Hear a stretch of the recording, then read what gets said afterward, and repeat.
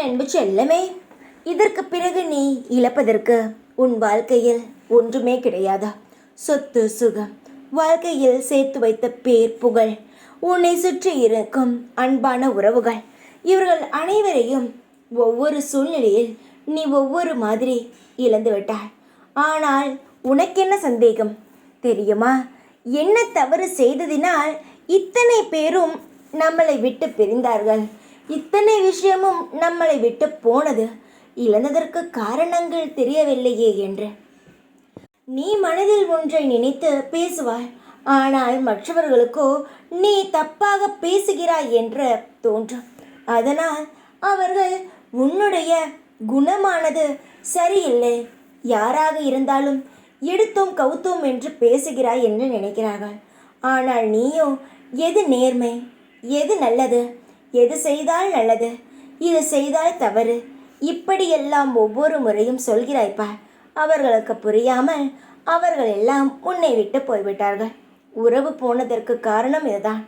எந்த ஒரு உறவு உன்னை முழுமையாக புரிந்து கொள்ளவில்லையோ அது இருந்தால் என்ன, போனால் என்ன, போகட்டும் விட.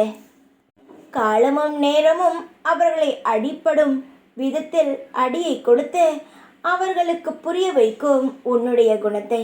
சிலர் உன்னை சொல்வார்கள், எதுவாக இருந்தாலும் மூஞ்சில் அடித்தது போல் பேசுகிறார், எனக்கு இவள் ஒத்து வரவே மாட்டேங்கிறார் என்று சொல்வார்கள். ஆனால் நீயோ எதுவாக இருந்தாலும் நேரடியாக பேசுவது சிலருக்கு பிடிக்கவில்லை.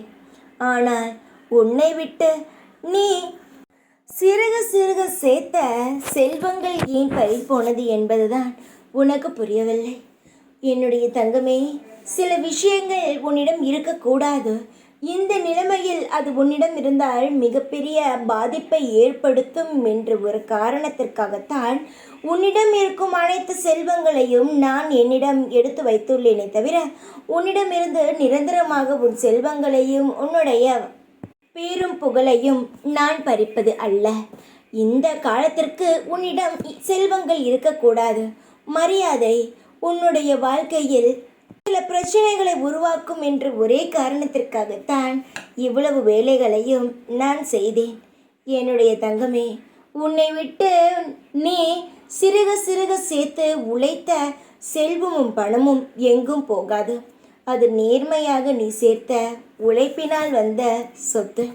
அது நிச்சயமாகவே நீ சேர்த்து உன் கையில் பல மடங்காக உன் கையில் நான் வந்து சேர்ப்பேன். இது சத்தியம். உன் வாழ்க்கையில் எந்த ஒரு குறையும் இருக்காது. சந்தோஷமான நிலைமையில் நீ இன்னும் சில நாட்களில் வாழத் துவங்குவாய். பலரை புரிந்து கொண்டு பலர்களால் அடிபட்டு பல விஷயங்களை இழந்து பல பேருக்கு ஒரு உதாரணமாக இந்த ஒரு நிலைமை உனக்கு உருவாக்கிவிட்டது. இவளைப் போல் வாழவும் கூடாது, இவளைப் போல் கீழே இறங்கவும் கூடாது என்று உன்னை பார்த்து கேவலமாக எல்லாம் பேசிவிட்டார்கள். இனி அப்படியெல்லாம் நடக்காத, நடக்கவும் விடமாட்டேன். நீ சந்தோஷமாக வாழத்தான் போகிறாய். அதை நான் கண்குளிர பார்க்கத்தான் போகிறேன். தைரியமாக இரு. எப்பொழுதும் உன் கூடவே இருப்பேன். ஓம் சாய்ராம்.